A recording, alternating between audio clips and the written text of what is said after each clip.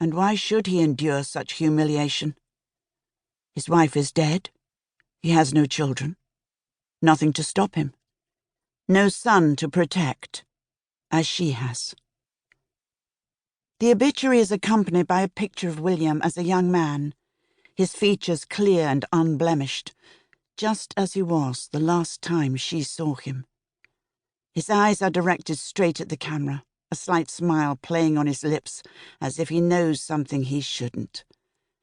She imagines that to the rest of the world, the mistiness of the black and white image might appear glamorous and full of pathos, a picture of youth in a bygone age.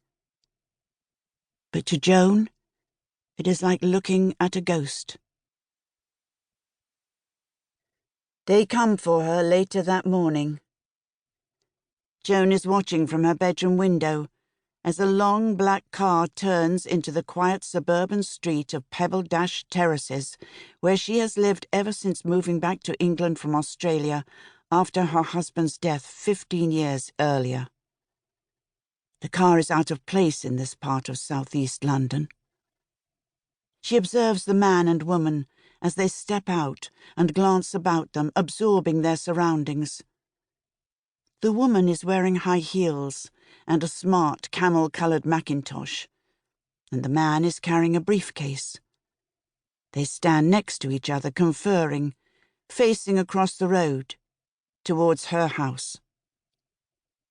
Goosebumps rise on her arms and neck. For some reason, she had always thought they would come for her at night. She did not imagine a day like this, cold and bright and perfectly still. She watches as they cross the road and push open her front gate. Perhaps she is being paranoid. They could be anyone. Social workers or Meals on Wheels salespeople. She has sent such people away before. The knock is loud and staccato, official sounding. "Open up. Security services." She steps back quickly, her heart stuttering as she lets the curtain fall in front of her. Too old to run.